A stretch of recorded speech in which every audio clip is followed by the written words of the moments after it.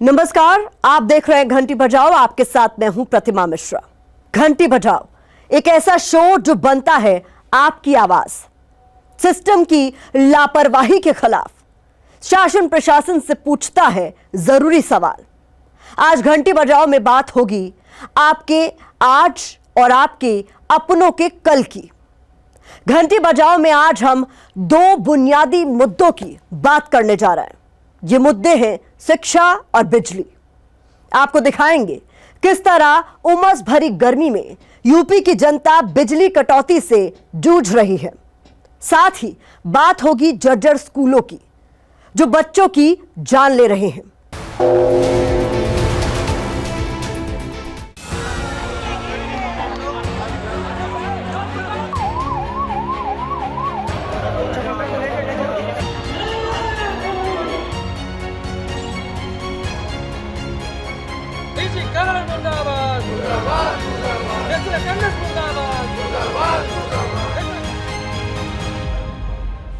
सोचिए, बच्चा हंसता खेलता स्कूल जाए और वो घर जिंदा ना लौटे। स्कूल की इमारत ही गिर जाए और बच्चे की जान चली जाए। शिक्षा के मंदिर में जहां बच्चों को उज्जवल भविष्य के लिए मां बाप भेजते, उसी मंदिर में उनके घर का चिराग बुझ जाए। राजस्थान में सरकारी स्कूल की छत बच्चों पर मौत बनकर गिर गई। ऐसा नहीं है कि यह सिर्फ एक सरकारी स्कूल का हाल है। मध्य प्रदेश में भी बच्चों की जान से खिलवाड़ हो रहा है।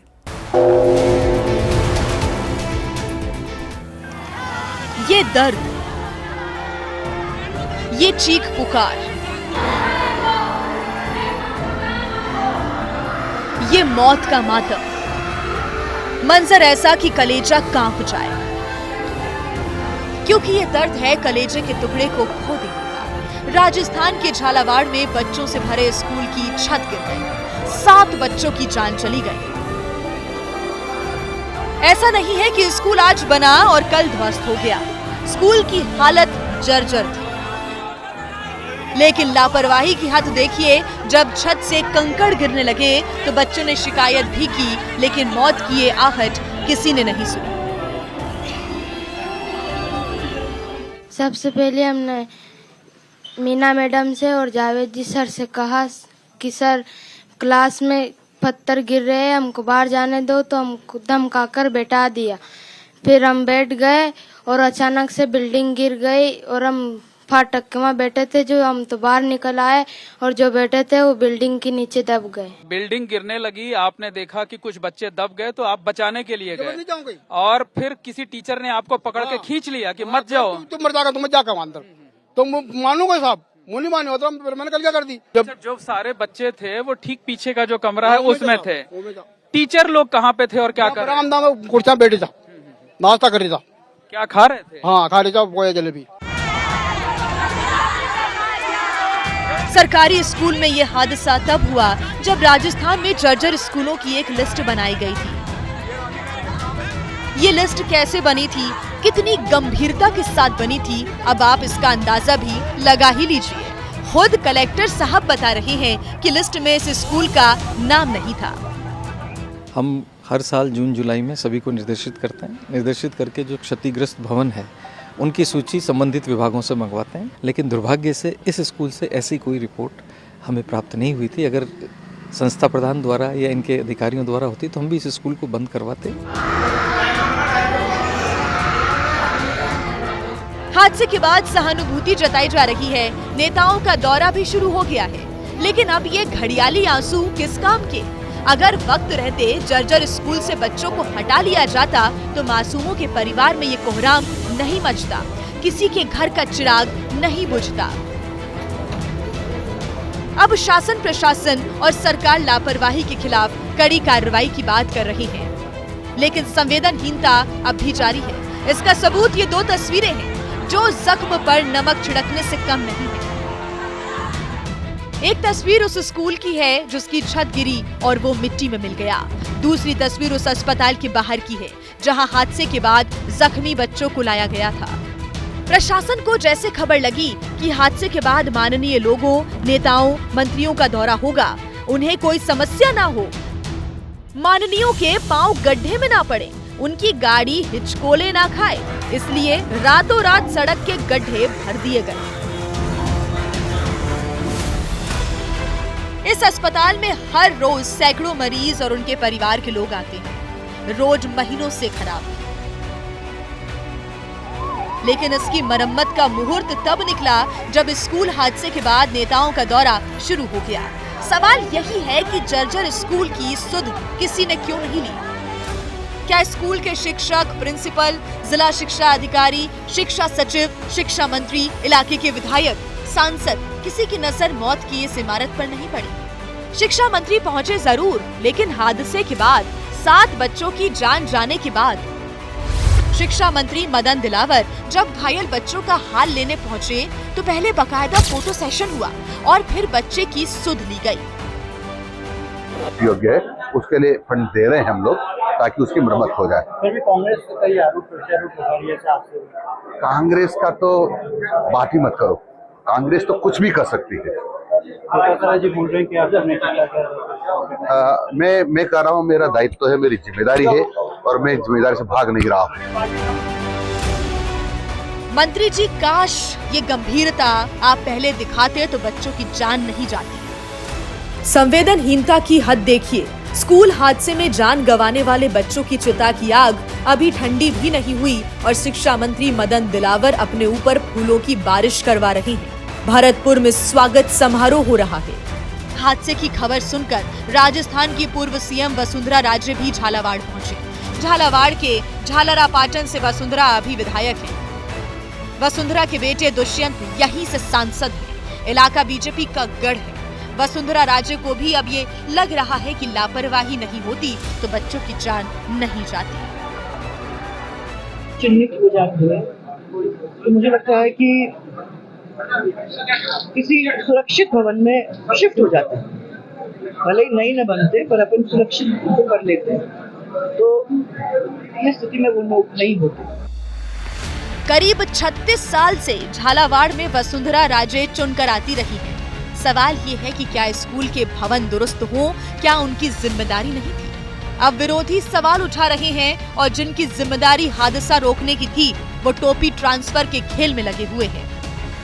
बहुत ही दर्दनाक है और मासूम बच्चों को पढ़ते हुए उन पर छत गिर जाए, जांच कर दोषियों पर कार्रवाई करनी चाहिए।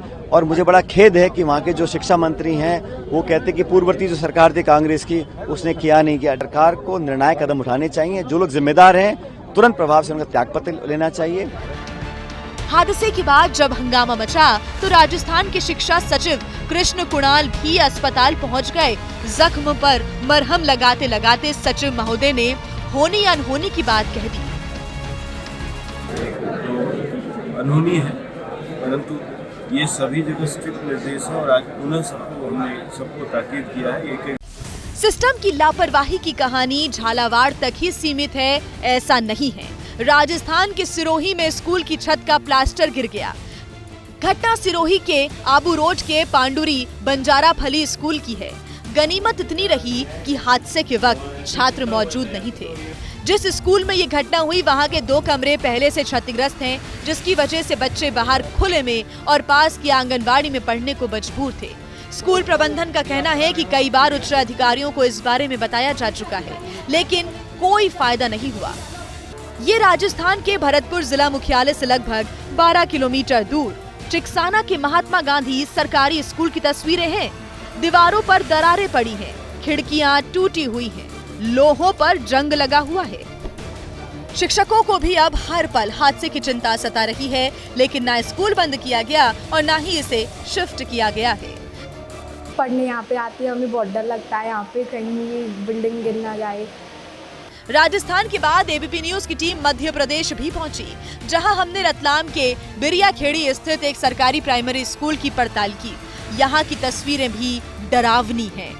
स्कूल के हालातों को देखकर इसकी हालत का पता चल रहा है, लेकिन ये तो सिर्फ बाहर की तस्वीरें हैं। अंदर का मंजर तो और डराने वाला है। क्लास की छत के नीचे पॉलीथीन लगाकर बच्चे अपने भविष्य की नींव मजबूत करने की कोशिश कर रहे हैं। बहुत तेज बारिश होती है ना, तो हम एक जगह कोने में बैठ जाते कि सब जगह पानी टपकता है, सारी क्लासों में पानी वानी टपकता है। हमने जब यहाँ के शिक्षकों से बात की तो सिस्टम की लापरवाही की हैरान करने वाली कहानी सामने आई। परेशानी होती है और ये समस्या कोई आज की समस्या नहीं, बहुत पहले से। मेरे को भी अभी 3-4 साल आए हुए हैं और उसके पहले भी जैसे 8-9 साल पहले की बात है और बहुत पुरानी हो गई है ना ये बिल्डिंग, तो काफ़ी पहले से ही है। और हमने अपने अधिकारी जो हमसे बड़े वाले हैं उनको भी अवगत करा दिया। अधिकारियों को इस स्कूल के जर्जर हालत की पूरी जानकारी है, बावजूद इसके यहाँ क्या हो रहा है ये तस्वीरें उसकी गवाही दे रही हैं। कुल मिलाकर राजस्थान हो या मध्य प्रदेश, सिस्टम की सुस्ती की तस्वीर हर जगह एक जैसी है। अगर इसे दुरुस्त करना है तो आपको इसके खिलाफ घंटी बजाना होगा ताकि भविष्य में कोई और मासूम ऐसे किसी हादसे का शिकार ना हो। क्या आज बिजली के बिना जिंदगी की कल्पना की जा सकती है? जुलाई के महीने में जब उमस पसीने छुड़ा रहा है तब यूपी के कई ऐसे जिले हैं जहां लोग बिजली के संकट से जूझ रहे हैं। आज जब सरकार 24 घंटे बिजली सप्लाई करने को लेकर ढोल पीट रही है, यूपी में कई जगहों पर बिजली 12-12 घंटे तक नदारद है, गायब है। कई जगहों पर लोगों के सब्र का बांध भी टूट रहा है। आज जब जिंदगी में हर कदम पर बिजली की जरूरत है, लोगों को बिजली कटौती के झटके सहने पड़ रहे हैं। आप भी देखिए, बिजली की किल्लत से परेशान लोगों का दर्द और व्यवस्था में खामी के जिम्मेदार लोगों के खिलाफ आवाज उठाइए, घंटी बजाइए। आजकल तो कम से कम 6 या 7 घंटे कट रही है एक बार में, पता ही नहीं लगता कब आएगी लाइट। तो मतलब समझिए कि मोटर अभी हमने बंद करवा दी, चालू नहीं, अभी तक पानी नहीं आया। रोज फॉल्ट होते हैं, रात में किसी दिन लाइट पूरी नहीं आती है। शहर अलग है, लोग अलग हैं, लेकिन इनकी दिक्कत, इनकी परेशानी एक है और वो है बिजली संकट। आम जनता के संकट का जिम्मेदार है वो सिस्टम जिसकी जिम्मेदारी है जनता को कोई समस्या ना हो, लेकिन अब तो सिस्टम ही लोगों की सबसे बड़ी समस्या बन चुका है।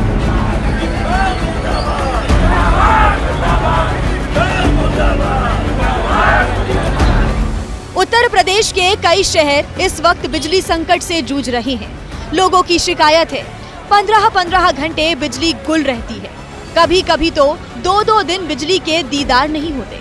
लेकिन जब जनता मंत्री महोदय से बिजली मांगती है तो सुनिए मंत्री जी क्या कहते हैं।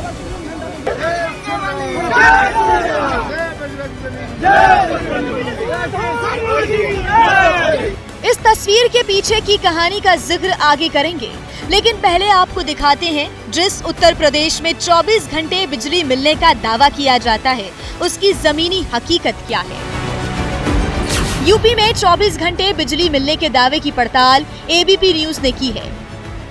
शुरुआत राजधानी लखनऊ से करते हैं। इस गर्मी में तो बिजली बहुत ज़्यादा जा रही है। ऐसे में पढ़ाई में बहुत दिक्कत हो रही है कि लेक्चर करना होता है, अब वो ऑनलाइन लेक्चर चल रहा होता है, अब उसमें लाइट चली गई और फिर बाद में 3 घंटा लाइट चले गए, मेरा तो पढ़ाई का नुकसान हो गया ना। 2 घंटे 3 घंटे के लिए कट जाना, आधे घंटे के लिए आ जाना, फिर से आधे घंटे के लिए कट जाना, पूरी रात यही दिक्कत रहती है। लखनऊ के बाद एबीपी न्यूज गोरखपुर पहुंचा। यहाँ भी हमें लोग बिजली के इंतजार में बैठे दिखे। गर्मी में हाथ वाला पंखा ही इनका सबसे बड़ा सहारा था। गोरखपुर के बिछिया मोहल्ले में जब हमने बिजली कटौती की पड़ताल की तो पता चला रात से बिजली नहीं है। कुछ देर के लिए बिजली आई भी तो ट्रांसफार्मर अधिक लोड बर्दाश्त नहीं कर पाया, नतीजा फिर वही बत्ती गुल हो गई। जब किसी ने गुहार नहीं सुनी तो लोग प्रदर्शन करने लगे। कटौती बढ़ गई है और लोकल फॉल्ट बढ़ गया क्योंकि तार जर्जर हैं, तार नहीं बदले गए, पोल नहीं बदले गए। मॉर्निंग में रहती है, आफ्टरनून में फिर लाइट कट जाती है। रात में भी दिक्कत, रात में भी रहती है दिक्कत। कितनी देर इन्वर्टर चल पा रहा है? सर मेरे पास तो इन्वर्टर नहीं है, पर जिसके पास होगा वही 3 से 4 घंटे इन्वर्टर चल पा रहे हैं। वाराणसी, कानपुर, गाजीपुर, पीलीभीत, कुशीनगर, मऊ, जहाँ जहाँ एबीपी न्यूज की टीम पहुँची लोग बिजली संकट से जूझते दिखे। बिजली आती है जाती है, आती है जाती है, रात भर यही सिलसिला चलता है और आती भी है तो लो वोल्टेज की इतनी समस्या है कि पंखा डोलता नहीं, रेंगता है। ना फोन कोई उठाता है, जितने भी कर्मचारी हैं फोन करें ना फोन उठाते हैं, ना टाइम से सप्लाई मिलता है।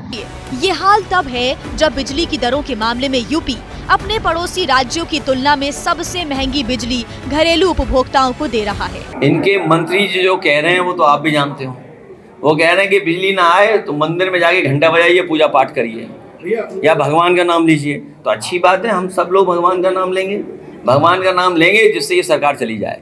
विपक्ष के हमलों के बीच ये जानना जरूरी है कि यूपी में बिजली डिमांड कितनी है और सप्लाई कितनी हो रही है। अप्रैल में अधिकतम मांग 26,278 मेगावाट थी, आपूर्ति 26,278 हो रही है। इसी तरह मई में मांग और आपूर्ति 29,873, जून में मांग और आपूर्ति 31,486 रही, जिसका मतलब है मांग और आपूर्ति में कोई अंतर नहीं था। यूपी में बिजली की डिमांड और सप्लाई में कोई अंतर नहीं है, यानी जितनी बिजली की जरूरत है उतनी सप्लाई हो रही है। फिर बिजली लोगों तक क्यों नहीं पहुंच रही? उन्हें जाकर रात क्यों गुजारनी पड़ रही है? एबीपी न्यूज ने जब इस बात की पड़ताल की तो लापरवाही की पूरी कहानी सामने आई। एक आम आदमी नियम कायदों को मानता है, बिजली चोरी नहीं करता, समय पर बिजली बिल का भुगतान भी करता है। बदले में उसे क्या मिलता है? बिजली संकट। गोरखपुर का ये ट्रांसफार्मर इसलिए फूंक गया क्योंकि ये ओवरलोड हो गया था। उपभोक्ता बढ़ गए, बिजली की खपत बढ़ गई, लेकिन ट्रांसफार्मर वही रहा। कानपुर में परेशान लोगों का प्रदर्शन तेज हुआ तो पुलिस महकमा इन्हें समझाने पहुंचा। लोग पीछे हटने को राजी नहीं हुए तो इंस्पेक्टर साहब लोगों को वर्दी की धौंस दिखाने लगे, इन्हें फिल्मी स्टाइल में हड़काने लगे। भागने का रास्ता नहीं मिलेगा, रोजे भागोगे बिना लाइट, हम बता दे रहे हैं। सुन लो, पहचान लो, नाम जान लो, भागने का रास्ता नहीं मिलेगा। क्या करेंगे? हम बता रहे ना क्या करेंगे, समझे? फिर दूसरे के द्वारे द्वारे भागोगे, हम बता दे रहे हैं। अरे साहब, है ना साहब, 25 साल से लोगों से हम लोग लड़ रहे हैं। अरे तो गलत है। ऐसे में आम आदमी की हालत का अंदाजा लगाइए, जो समय पर बिजली का बिल भर रहा है लेकिन उसे बिजली नहीं मिल रही। बिजली मांगने जाता है तो बिजली विभाग जवाब नहीं देता, अपनी मांग के लिए प्रदर्शन करता है तो पुलिस वाले धमकाने लगते हैं। जनता बिजली कटौती से हलकान, लेकिन जिसके ऊपर इसका हल निकालने की जिम्मेदारी है वो क्या कर रही है, आपका ये जानना भी जरूरी है। ये यूपी के ऊर्जा मंत्री AK शर्मा है। पिछले दिनों मऊ पहुंचे मंत्री जी ने मंच से रामायण की चौपाई और रामायण महाभारत की कथा सुनाकर बिजली अफसरों को दुरुस्त होने की चेतावनी दी। विनय नमानत जलद जड़ गए 3 दिन बीत, बोले राम सकोत तब भय बिन होय न प्रीत। तो वही बात, भगवान राम 3 दिन प्रार्थना की, हम तो पूरा 3 साल प्रार्थना किए हैं। और अब जो है, अब प्रार्थना का समय निकल गया है। अब जो है भय बिन होय न प्रीत, वो मुझे अब वही एक रास्ता दिखाई दे रहा है। इससे पहले मंत्री जी ने बिजली विभाग के अफसरों को खूब हड़काया भी था। अब सवाल ये है कि मंत्री जी को अचानक जनता से इतनी हमदर्दी क्यों हो गई?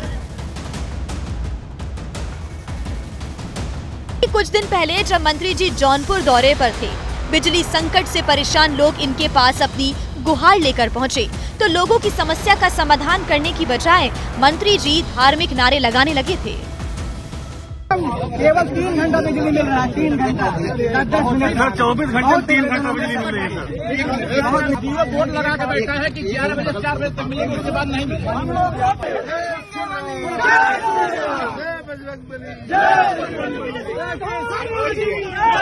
माननीय मंत्री जी आए थे, 4 बिंदु का ज्ञापन दिया गया कि बिजली व्यवस्था में सुधार किया जाए। माननीय मंत्री जी का बहुत बहुत आभार है। लेकिन सवाल घूम फिर कर वहीं आ जाता है, आखिर आम आदमी कब तक परेशान होता रहेगा? जब सरकार की तरफ से डिमांड के मुताबिक बिजली सप्लाई हो रही है तो लोगों को मिल क्यों नहीं रही है? तो इसके कारण कई हैं। क्षमता के हिसाब से ट्रांसफार्मर नहीं लगाए जा रहे, जिससे वोल्टेज डाउन रहता है और अक्सर ट्रांसफार्मर उड़ जाता है। बिजली के तार और खंभे नहीं बदले जा रहे, जिससे आए दिन शॉर्ट सर्किट होता है। समय पर मरम्मत नहीं होती, जिससे लोग कई दिन परेशान रहते हैं। बड़े पैमाने पर ट्रांसफार्मर जल रहे हैं, जो मैन पावर से जो इन्होंने संविदा कार्मिकों को निकाल दिया और बड़े पैमाने पर स्थानांतरण इधर से उधर किया, तो पूरी व्यवस्था एक तरह से चरमरा गई है। पूरी ट्रांसफार्मर जल जा रहे हैं, एक हफ्ते हो जा रहा है, बदले नहीं जा रहे हैं, सिस्टम इनका ओवरलोड है। मुख्यमंत्री योगी आदित्यनाथ भी कह चुके हैं, स्ट्रिपिंग, ओवर बिलिंग और अनावश्यक कटौती अब किसी भी हालत में स्वीकार नहीं की जाएगी। इसमें सुधार करना ही होगा, लेकिन जब तक हमारा सिस्टम दुरुस्त नहीं होता तब तक आम इंसान इसी तरह परेशान होता रहेगा, जिसके खिलाफ घंटी बजाना जरूरी है। सिस्टम की नींद खुल सकती है, वो दुरुस्त हो सकता है और ये संभव है आपकी एक घंटी से। इसलिए उठाइए फोन, बजाइए घंटी, क्योंकि यही सही वक्त है जब आपकी एक घंटी लापरवाह सिस्टम को करेगी दुरुस्त। घंटी बजाओ में आज बस इतना ही।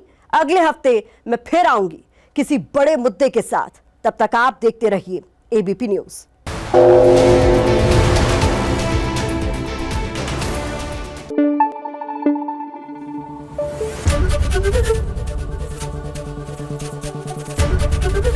एबीपी न्यूज आपको रखे आगे।